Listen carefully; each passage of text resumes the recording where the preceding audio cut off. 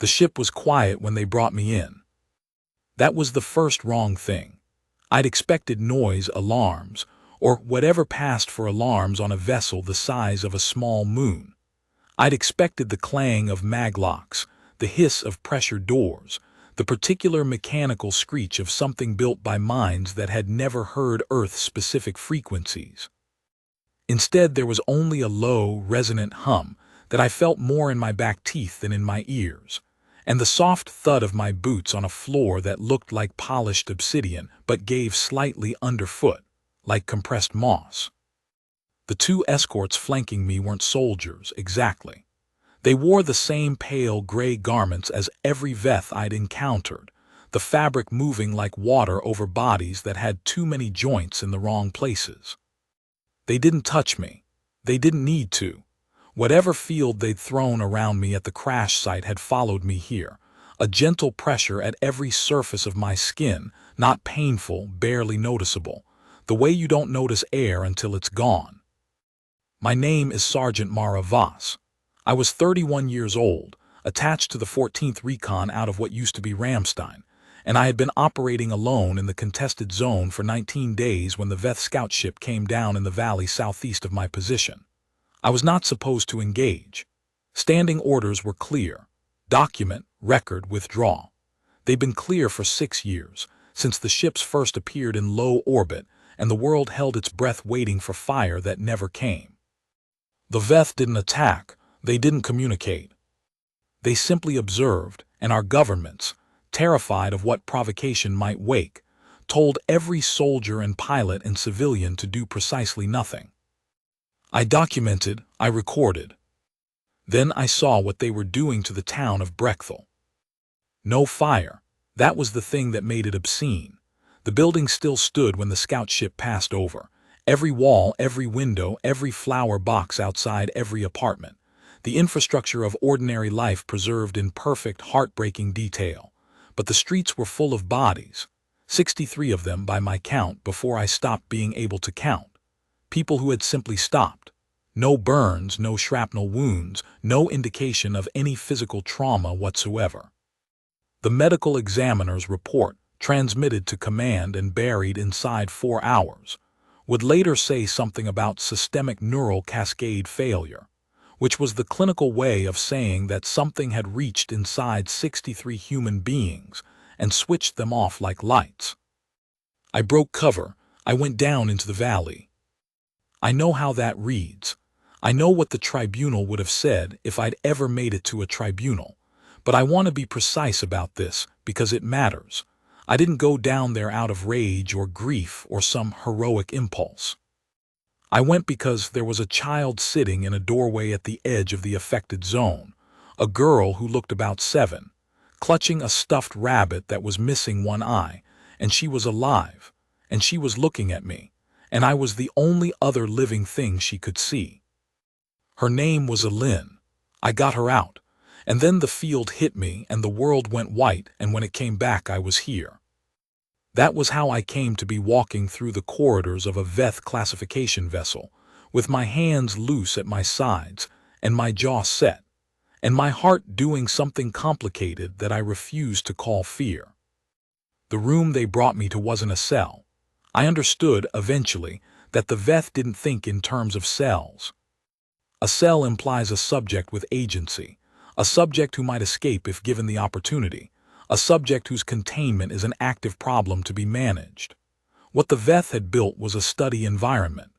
There was a raised platform in the center of the room, not a chair, not a bed, not any shape that suggested they'd considered human ergonomics at all, just a smooth raised surface, oval, at roughly the height of my hips.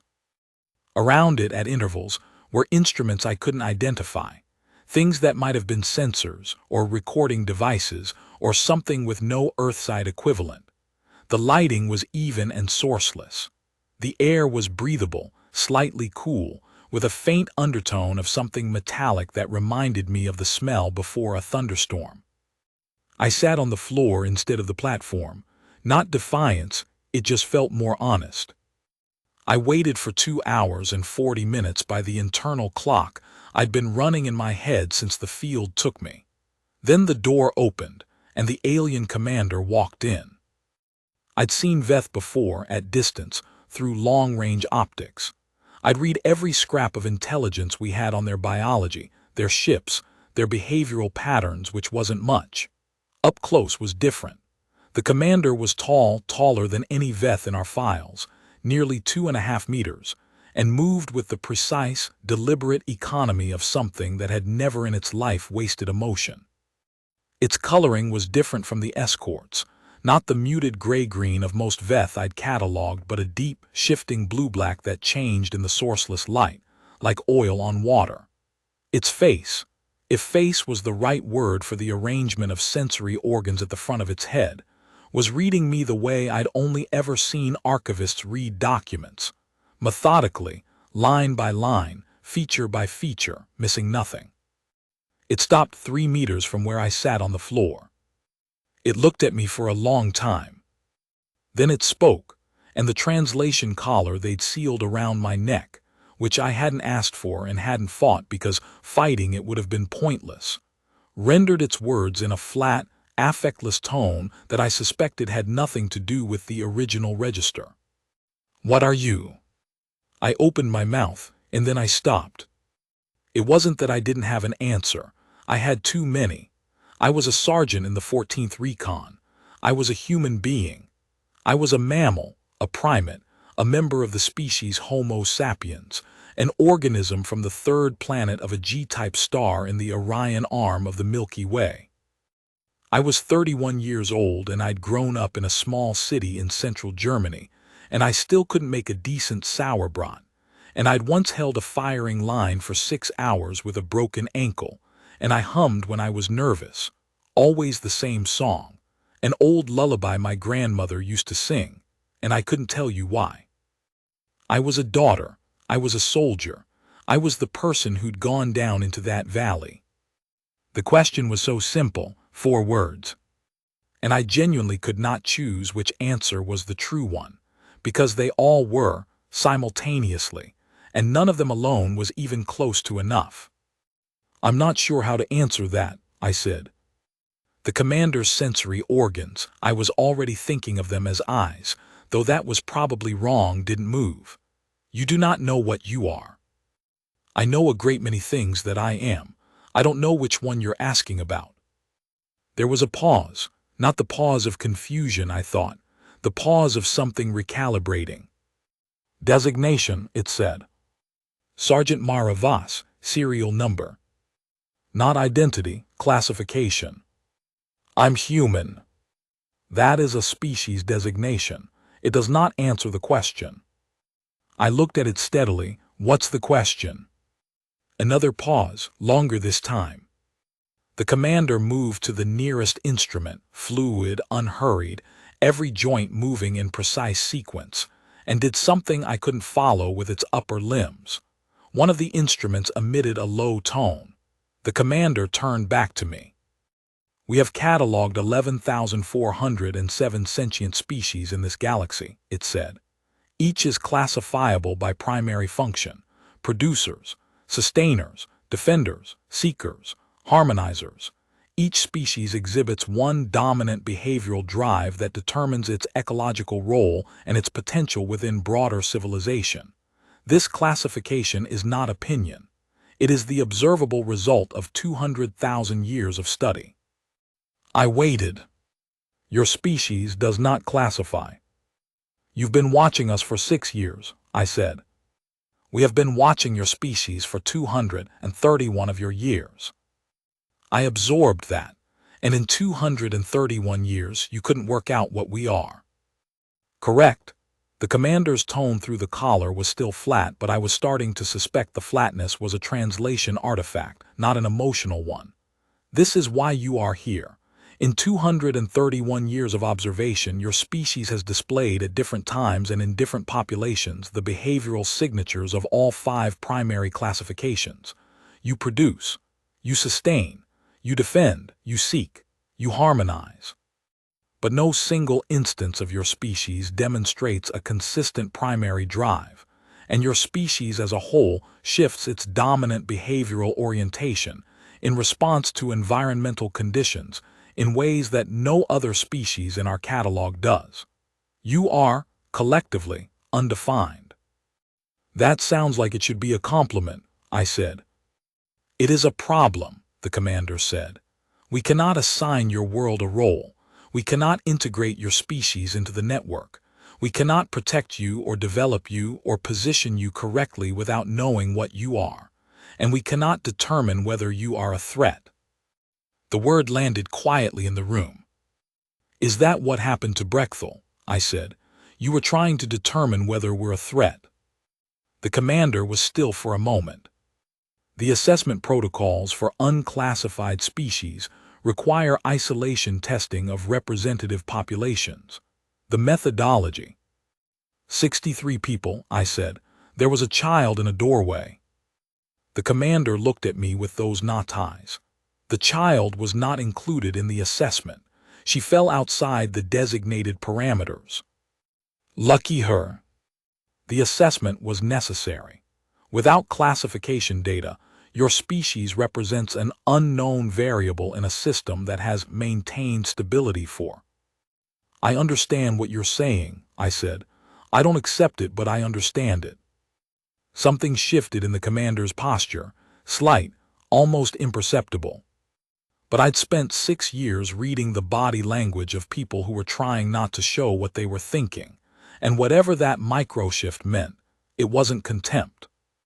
You do not have the capacity to accept or reject the protocols of the Veth Confederation, it said. Probably not, I agreed.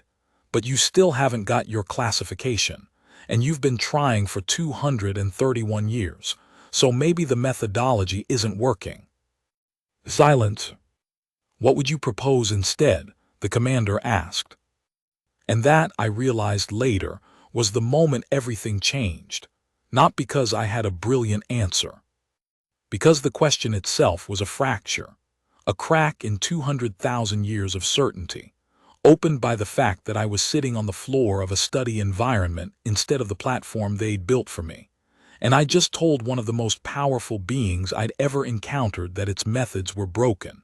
And instead of having me removed or silenced or reassessed, it had asked me what I thought. I didn't sleep that night. The Veth had provided something in a corner of the room that probably functioned as a sleep surface by their understanding of the physiological requirements they'd observed in 231 years of watching humans. But it was the wrong dimensions and the wrong give, and I lay on the floor instead with my back against the curved wall, and I thought. I thought about Alin and her one-eyed rabbit, and whether the evacuation forces had found her yet. I thought about the 11,407 species the commander had mentioned, each one slotted neatly into its function, each one a known quantity in a system that had maintained stability for a very long time. I thought about what it meant to be the unknown variable, not a threat, not an asset, just undefined. And then I thought about something my grandmother used to say, in the kitchen of her house in the hills outside Freiburg. While she cooked things I never learned the recipes for because I always assumed I'd have time later. That people who couldn't be put in a box were either the most dangerous people in the room or the most useful ones, and the only way to find out which was to give them a problem to solve. I didn't have the sauerbraten recipe, but I was starting to understand something about the problem. In the morning, or what my internal clock told me was morning, the lighting in the room hadn't changed. The commander came back. It came alone this time, without the instruments active, and it stood in the center of the room and looked at me in a way that felt different from the day before. Less cataloging, more considering. I have reviewed the records from 231 years of observation, it said. I want to understand something. All right, I said. In your recorded history, your species has developed and deployed technologies capable of destroying your own planet multiple times over. Correct? Yes. And yet your planet is not destroyed. Also correct. Why? I thought about it for a moment. Which time? The commander's posture shifted again. There have been multiple instances. Several, we've come close. Sometimes individuals made choices that prevented it. Sometimes institutions. Sometimes accidents. Sometimes what you might call collective common sense, though we mostly didn't know we were exercising it until afterward. That is not an answer that fits a classification model, the commander said. I know. In the same period, your species has eradicated dozens of other species on your planet, driven them to extinction, and also established protected zones, dedicated resources, altered your own behavioral patterns to prevent further losses. Yes. Simultaneously, in the same historical period, in some cases by the same populations. Yes. The commander was quiet for a moment. In our catalog, a species that destroys its environment is a dysregulator. A species that protects its environment is a sustainer. These are mutually exclusive categories. I know. Your species is both. And several other things, I said. Probably a few things you don't have categories for yet. This is precisely the problem.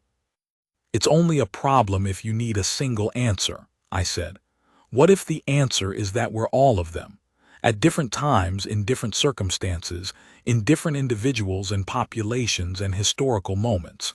What if what we are is responsive, not to a fixed drive but to whatever the situation calls for?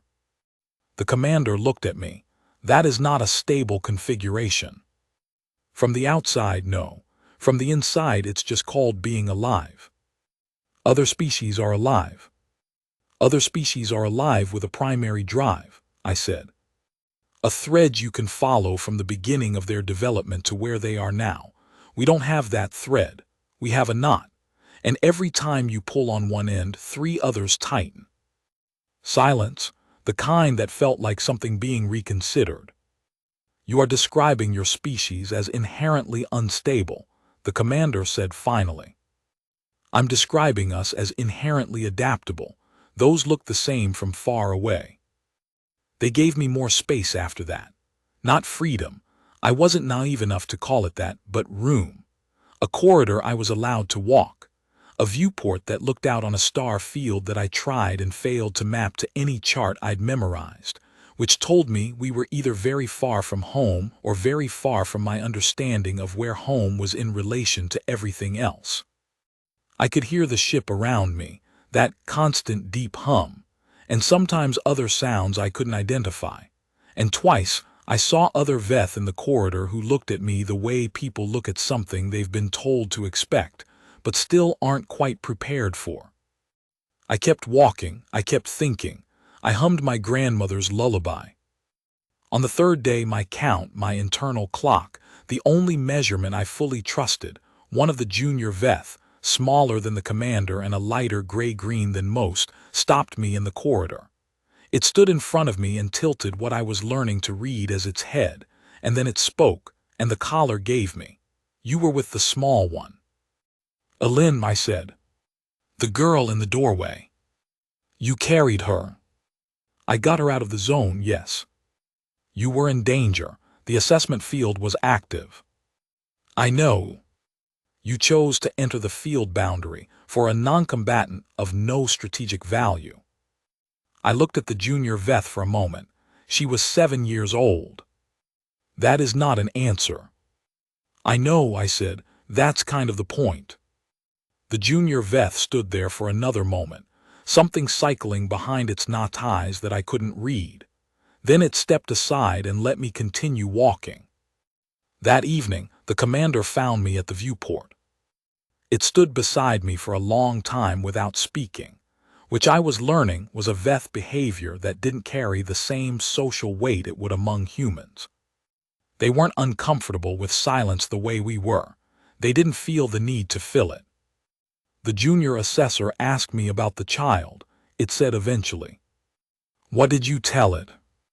I did not have an answer. That makes 2 of us. The commander looked at the stars. I looked at the stars. Between us, A silence that felt, for the first time, like something almost shared rather than something managed. You went into the field for a child who was not yours, it said, who was not a member of your tactical unit, who had no relationship to your mission parameters, who had no apparent survival value to you or to your species' strategic position. No apparent value, I said. That's doing a lot of work. Explain. I thought about how to say it. I'd had 6 years of practice trying to explain human things to people who hadn't seen them up close, and it was never easy, and it was never complete, and it was always better when you just pointed at the thing rather than described it. A 7-year-old girl sitting in a doorway holding a stuffed rabbit with one eye, I said. That's the thing I can point at. If you don't see it, if nothing in what I just said registers as a reason to walk into a danger field, then I could talk for a year and not close that gap. And if you do see it, then I don't need to say anything else. The commander was quiet for a very long time. We have observed your species rescue individuals from floods, fires, conflict zones, it said, often at significant risk to the rescuers. Often for individuals with no social connection to the rescuers, often for members of other species. We cataloged this under anomalous cooperative behavior, stress response category. That's one way to file it. What is the correct way to file it? I don't know if there's a filing system built for it, I said. I think it might be the thing you're actually looking for, the thing that doesn't fit your categories. Not despite being the most human thing we do, because it is. The commander looked at me. I looked back. The star field spread out behind us both, vast and indifferent and extraordinarily beautiful, the way all vast and indifferent things are beautiful when you're small enough to be lost in them. What do you want? The commander asked. And I understood from the way it asked it that this was a genuine question, not part of an assessment protocol. Not a trap, not an attempt to extract information. Something simpler and stranger. A species that had classified 11,000 species asking an unclassifiable species what it actually, in the honest dark of a ship between stars, wanted. I didn't hesitate. I want to go home. I want the assessment protocol stopped. I want the people who decide these things for your confederation to understand that what you did in Brechthal was wrong. And I want to not have to justify calling it wrong by citing a strategic framework, because it was wrong independent of any framework. That is more than one thing. I contain multitudes, I said. It's kind of our whole deal. The crisis came on the 4th day, and it came from a direction I hadn't expected. A transmission reached the ship. I learned about it afterward, pieced together from what the junior assessor told me and what I could infer from the Veth Confederation's governing council. Not about me, about Earth. The 231 years of inconclusive observation had apparently reached a threshold. The protocols for unclassified species had escalated levels, and the next level, given the failure of isolation assessment to produce classification data, given the lack of a clear strategic designation, was what the Confederation's language rendered, through my collar's vocabulary banks, as resolution. I didn't know the full scope of what that word meant in Veth administrative language. I knew enough. The commander came to me with it directly. It stood in the doorway of my study environment, and it told me, in the same flat collar tone it always used, that the Council had issued a resolution order pending final classification attempt, that the order was subject to appeal under Provision 7 of the Confederation's non-classified species protocol, that such an appeal required either a completed classification or a compelling case for continued observation, and that the appeal window was 48 hours. Why are you telling me? I said. Because the appeal would need to be made by you. I looked at it for a moment. You're asking a human to argue for humanity's right to exist before an alien governing council. The council requires the testimony of the subject species.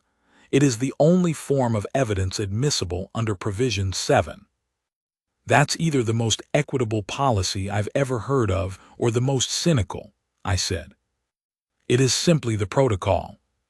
I stood up, then let's go. I won't pretend I wasn't afraid. I want to be precise about this too. Fear and courage are not opposites. Fear is the accurate perception that what you're facing could end you. Courage is deciding to face it anyway, not because the fear is wrong, but because the fear is irrelevant next to whatever you're protecting. I was afraid on the walk to the communication chamber. I was afraid when the council resolved into visual presence on the transmission array. Each member of the seven-body governing council of the Veth Confederation, rendered in cold blue light, their collective scale and composure and 200,000 years of institutional certainty pressing against the room like a physical weight. I was afraid and I stepped forward anyway, and I opened my mouth. I'm going to try to answer your question, I said, the one the commander asked when I arrived. What am I? The 7 council members didn't respond. I wasn't sure they needed to. I spent 3 days trying to come up with a single clean answer, a category, something that would fit in your filing system and let you put us somewhere tidy and move on, and I can't give you one. Not because I don't know myself or my species, because the clean answer would be a lie. I paused. One of the council members made a sound that might have been impatience or might have been something with no human analog. You've observed us for 231 years, I said. You've seen us at war and at peace, often simultaneously. You've seen us destroy and you've seen us build, often in the same generation, sometimes with the same hands. You've seen us reach out into space with instruments of such precision that we can image the first light of the universe, and you've seen us still struggling to feed everyone on our own planet. You cannot classify us because we are not one thing. We have never been one thing. What we are is the species that could not afford to be one thing, because our environment and our history kept changing the question on us, and the only way to survive was to change the answer. Silence from the council. You have 11,407 classified species, I said, each one stable in its primary function, each one playing its role in a system that has maintained itself for 200,000 years. I understand why that works. I understand why it's beautiful from the outside. A galaxy that functions. A network that sustains itself. Every species knowing what it is and doing what it does. I looked at each of the 7 blue-lit figures in turn. But I want to ask you something. In 200,000 years of managing this system, have you ever faced a problem your classification system didn't predict? A crisis that didn't have a protocol? An event that required something none of your 11,000 species were built to provide? Nothing. Because that's what we're for, I said. Not as a claim, not as a boast, as the plain observation that we are the species you cannot classify because we are the species built by circumstance to respond to the thing no one saw coming. You want to know our primary drive. It's the thing that made me go into that assessment field for a 7-year-old girl I'd never met. It's not self-preservation. It's not cooperation. It's not aggression or harmony or seeking or producing.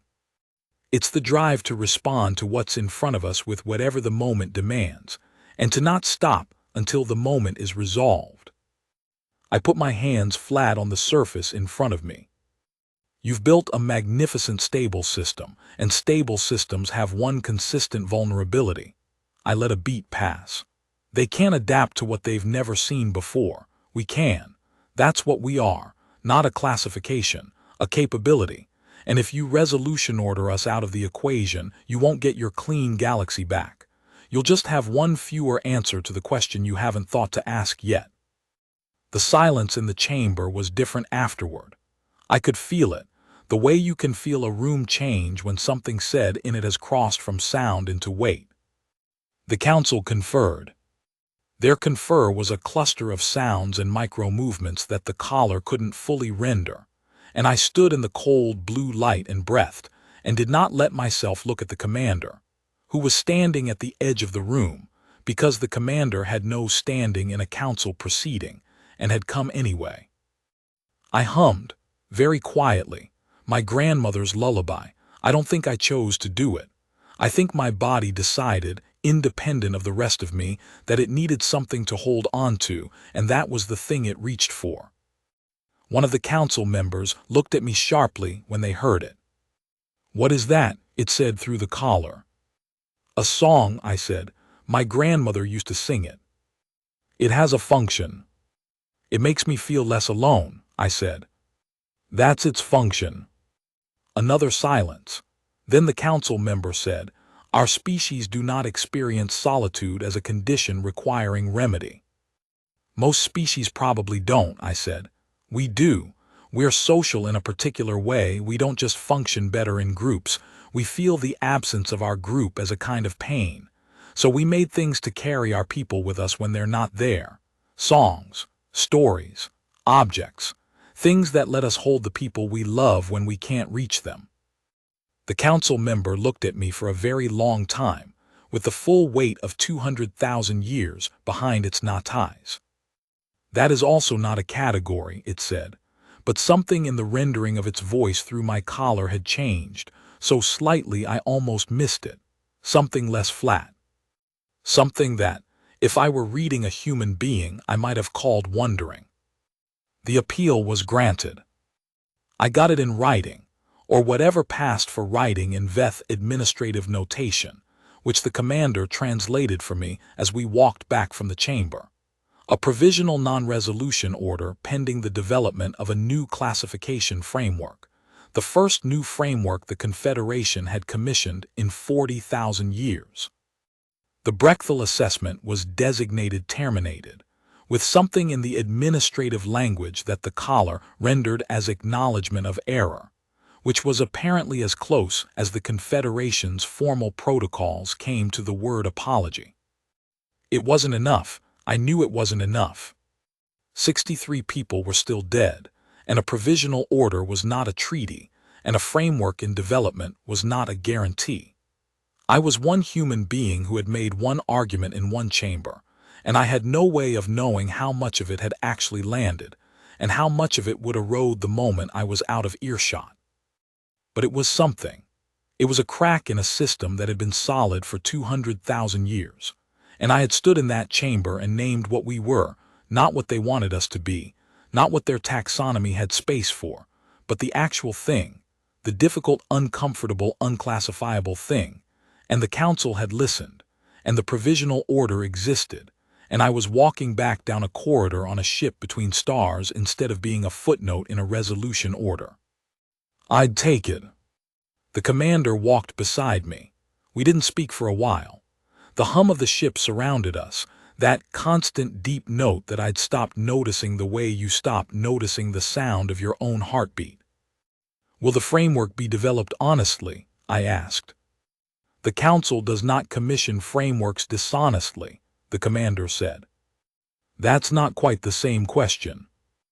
A pause. "The council does not yet understand what category your species belongs to. It is possible the framework will attempt to force classification into existing schema. And if it does, then the provisional order will eventually be replaced by a resolution." I thought about that, so I bought time. "Yes." "How much?" "Unknown. Classification frameworks typically take between 40 and 200 years to develop and ratify." I almost laughed. I might be dead before anyone knows if it worked. "Yes." "That's very honest of you. You have not responded well to dishonesty." We walked a little further. The viewport was ahead, that slice of star field that I'd looked out at for 3 days, the same stars in the same positions, patient and enormous and entirely unaware of the small argument that had just taken place on their behalf. "I want to go home," I said. "Yes," the commander said, "I know. I want to go home, and I want someone to know what happened here, not as a classified document, as a thing people can know. That is a condition I cannot promise." "I'm not asking for a promise. I'm stating what I want, because you asked, and I think honesty is the least I owe you in exchange for yours." The commander stopped walking. I stopped walking. We stood in the corridor with the star field visible ahead of us and the hum of the ship around us, and the several enormous questions between us that hadn't been answered and probably wouldn't be. Not fully. Not for 40 years or 200, or whatever the Confederation's Framework Commission decided to take. "I do not understand your species," the commander said. "I know. I have studied you for my entire career. I understand your biology, your social structures, your technological development, your historical patterns. I understand how you function. I do not understand what you are." "Join the club," I said. "We've been trying to figure that out for about 300,000 years. Best answer we've come up with is that we're the ones who keep asking." The commander looked at me with those knot eyes, in the corridor of a ship between stars, in the particular quiet of something very old encountering something it had never been able to file. "That is not a satisfactory classification," it said. "No," I agreed, "it really isn't." They sent me home in a scout vessel, one of the small ones, automated, the coordinates of Earth loaded into a navigation system that the junior assessor showed me how to read but not how to override, which seemed fair. The journey took 11 hours. I spent most of it looking out at the star field, which slowly rotated into configurations I recognized, old familiar patterns that sailors had used to navigate, and poets had used to measure grief and children had used to make wishes on. The junior assessor had put something in the hold before I boarded, a small object, dense, matte black, that I had to feel to confirm was there because it didn't catch light. When I held it in my hand, I could feel a faint vibration at the same frequency as the ship's hum, and the collar which they'd left with me, I didn't know if by design or oversight, told me it was a communication device. No instructions, no manual. Just the object and the vibration and the implication that, if something on one end reached out, something on the other would answer. I didn't know if I was supposed to reach out first. I didn't know what I would say if I did. I held the object in my hand for a long time, feeling the vibration that matched the hum I'd been living inside for 4 days, and I thought about 11,407 species, each one certain of its primary function, each one a known quantity in a 200,000-year-old system, and I thought about 40 years or 200 years of framework development, and I thought about the provisional order that was one argument between me and a resolution. And I thought about Alin and her one-eyed rabbit, and I thought about my grandmother's kitchen and the recipe I never learned, and I hummed. I hummed the whole way home. When the atmosphere hit the hull and the heat of re-entry lit the viewport orange and the continents resolved below me in the cloud gaps, I felt something I had no clinical language for, not relief exactly, not joy exactly, something older and simpler than either. The particular drop in the chest that happens when you come back to the place that made you, when the accumulated weight of being away from it finds the ground again. 12 minutes after landing, in a field outside Castle that I later learned had been used to graze horses before the 6-year watch and wait policy had frozen all agricultural development in the contested zone, I found a recovery team. Young soldiers, most of them, looking at me the way people look at something they've been told to expect but aren't prepared for. One of them stepped forward. He couldn't have been more than 22. He had a medic's patch on his shoulder and a look on his face like he was trying to remember his protocol for a situation his training hadn't covered. "Sergeant Voss," he said. "Yes." "Are you okay? Do you need medical?" "I need a debrief," I said, "and something to eat, and somebody who can take notes because what I'm about to tell you is going to be a lot." He nodded fast, reaching for his comm, then he stopped. What was it like up there? I thought about the commander and the question that had no clean answer. I thought about 11,408 species, or however the counting went now. I thought about a crack in 200,000 years of certainty, made by 4 days of one human being refusing to be filed. "Complicated," I said. "Very, very complicated." I looked up at the sky, which was the particular gray-blue of a Central European autumn afternoon, cloud-heavy and familiar in mine. The black object was in my pocket. The vibration hadn't stopped. I started walking toward the recovery team, and the grass was real under my boots, and somewhere behind me the scout ship was already rising, already going home, and ahead of me was a debrief that I knew would disappear into a classification system not so different from the Veth's, where things got filed and contained and managed until they stopped being urgent enough to think about. I would not let that happen. Not this time. I had 11,407 cataloged species as witnesses to the fact that what humanity had done, in 6,000 years of scrabbling and building and breaking and reaching, was produce something that the most advanced civilization in the galaxy had been studying for 231 years without being able to name. And the name, I was becoming sure, was not a noun. It wasn't a category or a drive or a function. It was a verb. It was the ongoing act of being the thing that the situation required, regardless of what the situation was. It was the act of going into the field. It was the act of sitting on the floor instead of the platform they'd built for you. It was the act of humming a lullaby in front of a governing council, because your body knew that something human had to be present in that room, and sound was what it had. It was, I thought, the act of carrying the people you love through the spaces where they can't come with you, in songs and stories and objects that vibrate at the frequency of the place you're going back to. I didn't know if the framework would take 40 years or 200. I didn't know if the provisional order would hold. I didn't know if the commander would reach out on the communication device, or if it would sit silent in my pocket until I was too old to remember what it was for. I knew one thing: they'd asked the question, and the question had no clean answer. And in the asking, in the centuries of careful watching that produced only more watching because nothing in the data resolved into a category, the Veth Confederation had done something they hadn't intended to do.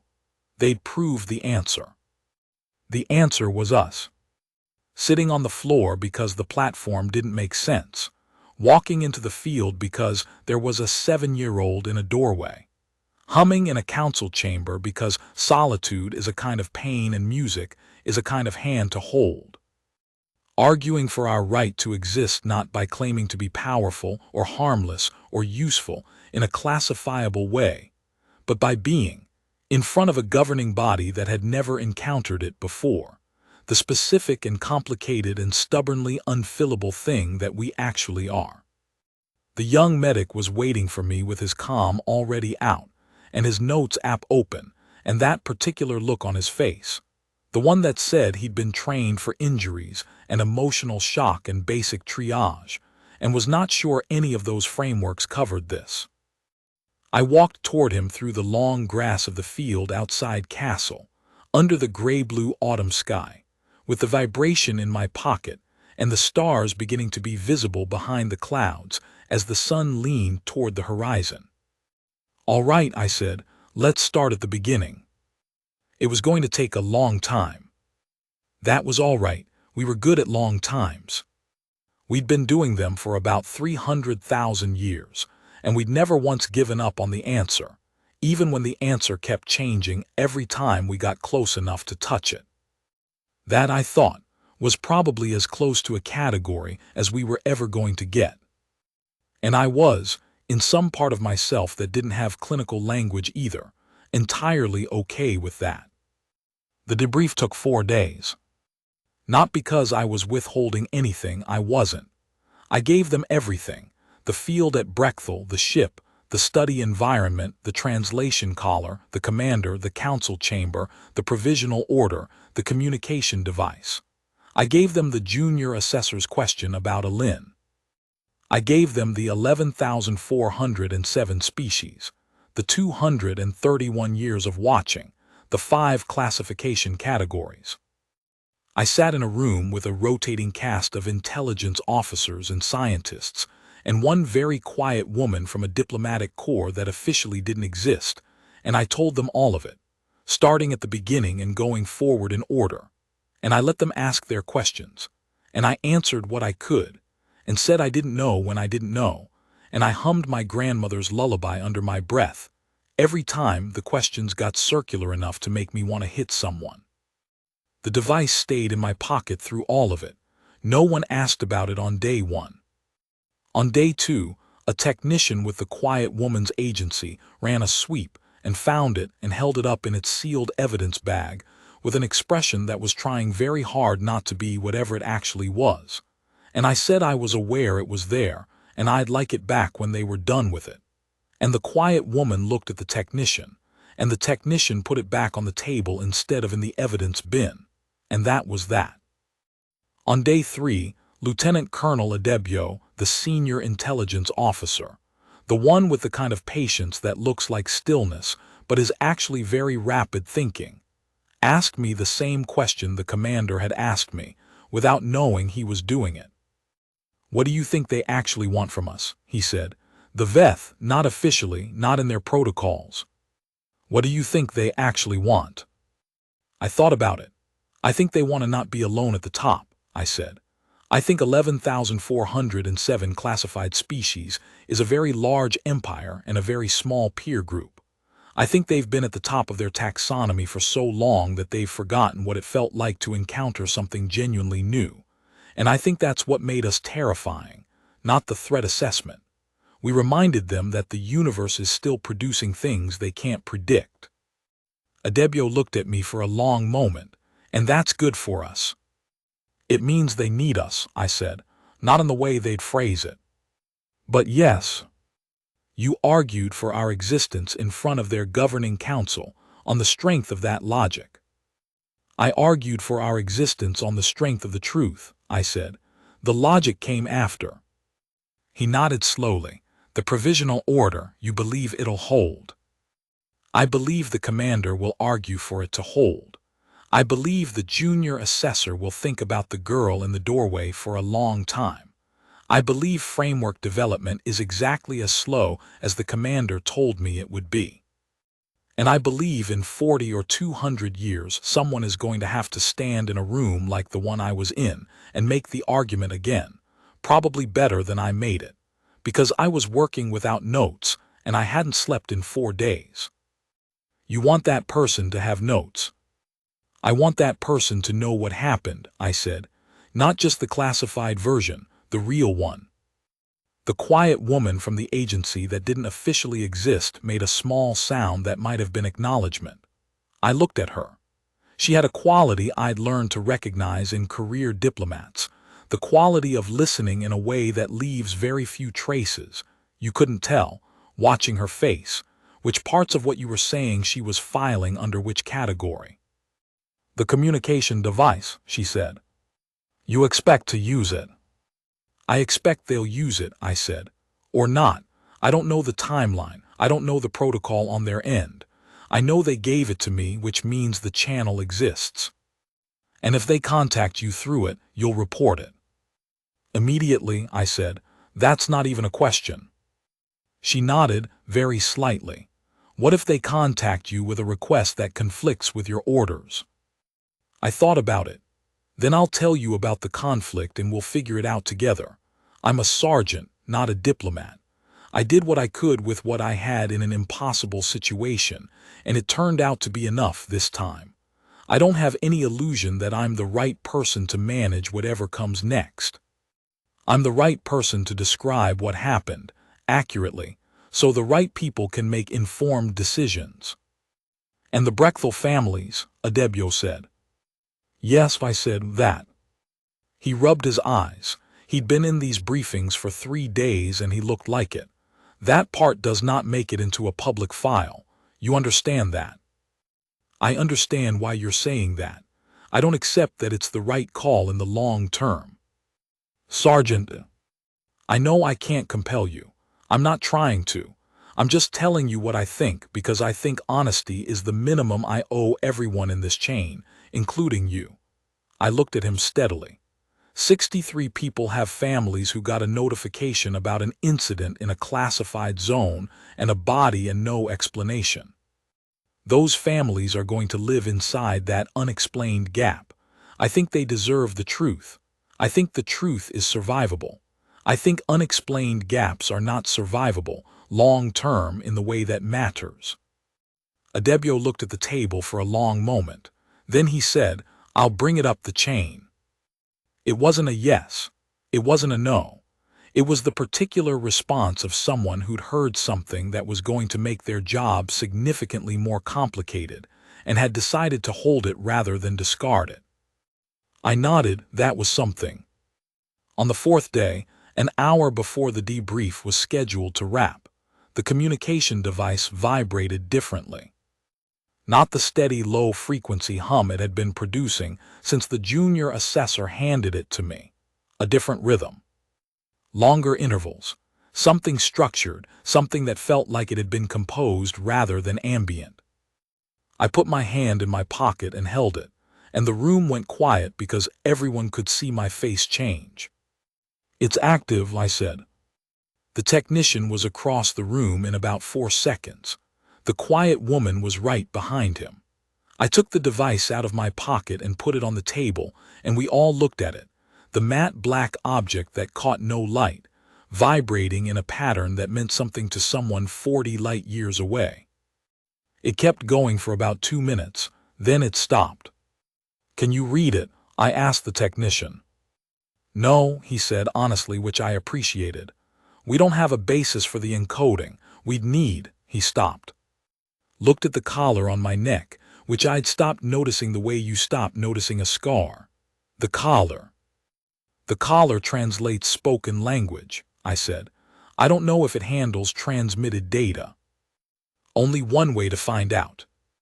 I picked up the device. I held it next to the collar. The collar did nothing. I held it there for a long moment, feeling slightly ridiculous. A German sergeant in a damaged jacket holding an alien communication device next to an alien translation collar in a debrief room in Central Europe, while a collection of extremely senior intelligence professionals watched with identically suppressed expressions. Then the collar warmed very slightly against my throat, and it said in its flat, affectless voice 4 words. "We have begun work." Nothing else. No context, no elaboration, no indication of whether those 4 words had meaning beyond the obvious, or whether the obvious was everything they were meant to be.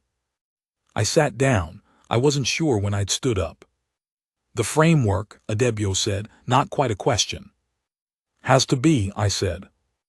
The quiet woman was writing something on a pad with a pen, which I'd noticed she preferred to any electronic recording. She didn't look up. "You said 40 years minimum." "That's what the commander told me." "Then this is a 40-year communication. 1 transmission, 4 words, acknowledged receipt." I thought about that, or a statement of intent so we'd know, in case we were wondering. "Are we wondering?" "I was," I said. "Now I'm not." She looked up from her pad then, for the first time in a while, and looked at me with the full weight of whatever she actually was behind the diplomatic corps that didn't exist face. "What are you going to do with 40 years?" she asked. It was a different question than the one she was officially asking. I understood both versions. "Learn the recipe," I said. She waited. "My grandmother's sauerbraten. I never learned it before she died because I always thought I'd have more time. I'm going to figure it out. And then I'm going to do everything else that needs doing, and when 40 years is up, I'm going to be ready to be in that room again." I looked at the device on the table, the vibration in it stilled now, carrying no message, just waiting. "Or whoever needs to be in that room will be ready. That's the point. We prepare, we adapt, we carry the people we love with us in the meantime." I looked up. "That's what we do." Adebio was quiet for a moment. Then he said, "That's going in the classified record as the official strategic summary." "As long as it also goes somewhere someone can read it," I said. He didn't answer that, but he wrote it down. I went home to Freiburg. Not immediately. There were things that needed doing, reports that needed filing, the particular administrative aftermath of being the subject of an alien non-resolution order, which turned out to involve substantially more paperwork than you might expect. But eventually, on a Tuesday in November with the leaves already down, and the hills outside the city gray and familiar in the way that things you grew up with are gray and familiar, I got into a car and drove to my grandmother's house. It wasn't hers anymore. It hadn't been for 11 years. The family that lived there now had painted the shutters a different color and put a new railing on the front steps and planted something along the fence line that my grandmother never would have planted, something architectural and a little severe. But the kitchen window was in the same place. The light came through it at the same angle. The hills behind the house were exactly the same hills. I sat in the car for a while. The communication device was in my jacket pocket, not vibrating, not doing anything, just there the way things that matter are just there. Then I called my mother. She'd been notified that I was back, the standard notification, which told her nothing useful and was designed to tell her nothing useful, but which at least meant she knew I was alive. We talked for 47 minutes on the phone parked outside my grandmother's old house, and she cried twice, and I didn't cry, but I came close. Once, when she said she'd been baking all these weeks, she'd been baking because it was the thing her hands knew how to do when her mind was too scared to be useful. And I thought about my grandmother's kitchen and the smell of things cooking and the songs that carried people through the spaces where they couldn't follow. "Do you still have her recipe cards?" I said. A pause in the box in the hall closet. "Why?" "I want to try the sauerbraten." My mother laughed, the particular laugh that's mostly air. That means you're feeling something too complicated for a clean response. She always said you'd never make it right until you'd had a hard enough year. "I think I've had a hard enough year," I said. "Come home," she said. "I'll get out the box." I started the car. The hills were the same hills. The light was the same light. 40 years is a long time, and also in the scale of what was coming, not very long at all. The Veth Confederation would build their framework. It would take as long as it took. The Brechtel families would or wouldn't get their answers. I would push for the former for as long as I had standing to push. The device in my pocket would or wouldn't transmit again. I would be ready for either. The provisional order would hold or it wouldn't. And if it didn't, someone would have to stand in that chamber again and make the argument, better than I'd made it. Because I'd been working without notes and I hadn't slept, and I'd been going on stubbornness, and my grandmother's lullaby, and the image of a 7-year-old girl in a doorway. But that was later. That was 40 years and everything in between. Right now there was the drive to my mother's house, and a box of recipe cards in a hall closet, and a kitchen I knew the smell of. Right now there was something small and human and specific to carry through the space between here and whatever came next. That was enough. It was always enough. We had been carrying things through impossible spaces for 300,000 years, and we had not yet dropped a single one that mattered. I was not going to start now. I found Alin on a Wednesday, 3 weeks after the debrief wrapped. It wasn't hard to find her in the end. The evacuation records were accessible once Adebyo quietly made a call to the right person, and the right person quietly made a call to a family services office in a town 200 kilometers north of Brechtel, and the family services office confirmed that Alin, last name Sarin, 7 years old, currently residing with a maternal aunt and uncle pending assessment of permanent placement options, was enrolled in the local school, and as far as anyone could tell was doing about as well as a 7-year-old, who had lost her parents and most of her immediate community could be expected to do, which was to say, some days were better than others. I drove up on a Saturday morning. I didn't have a plan. I hadn't cleared it with anyone, which was technically a violation of 3 different advisory protocols that had been put in place to manage my reintegration, but I wasn't sure I cared about that right now. The aunt and uncle lived in a narrow house at the edge of town. The kind of house that was clearly making room for something it hadn't expected to make room for, an extra coat hook by the door, a child-sized pair of boots in the entryway, a drawing of what might have been a rabbit pinned to the wall just inside the hall, with the crooked enthusiasm of someone who had found a good spot and committed to it. The aunt came to the door.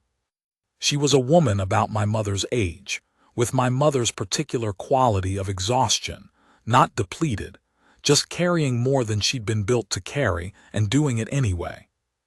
I told her who I was. She looked at me for a long moment. Then she said, "She talks about the soldier, the one in the valley." "I heard she was safe," I said. "I needed to see it." She let me in.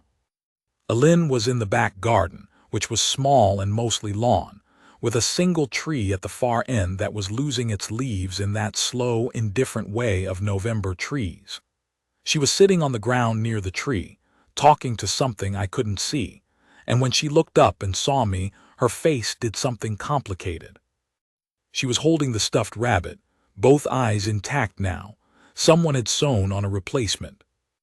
I sat down on the ground near her, the way I'd sat on the floor of the study environment instead of the platform they'd built for me, because it felt more honest, because it made us the same height. "Hi," I said. "Hi," she said. We sat there for a while in the November garden under the leafless tree, and I didn't try to explain anything and she didn't ask me to. And the rabbit sat between us with its two mismatched eyes, one original and one new, both of them looking at the middle distance. "Did you find them?" she said eventually. "The people who were responsible." I thought about how to answer that. "Yes." "Did you fix it?" "I started to," I said. "The rest is going to take a while." "But it started." She thought about that, the way 7-year-olds think about things, with their full face and their full attention, and without the particular filter that adults develop to protect themselves from the weight of things. "Okay," she said, "that's okay." The rabbit between us, the tree above us.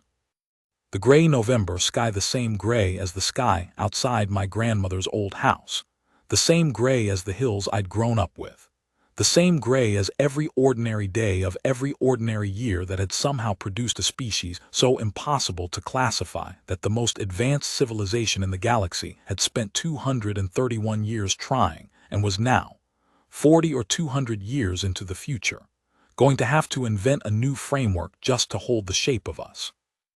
I thought, that framework, when it comes, is going to have to include this. A woman sitting on the ground in a small garden in northern Germany because a child needed someone to sit next to. Not for strategy, not for any reason that fits a primary drive or an ecological function or a classification system 200,000 years old. Just because she was there, and because sitting next to her was what the moment required. That was the whole answer, right there in the grass in the cold, with a rabbit between us and the leaves coming down. That was all of it.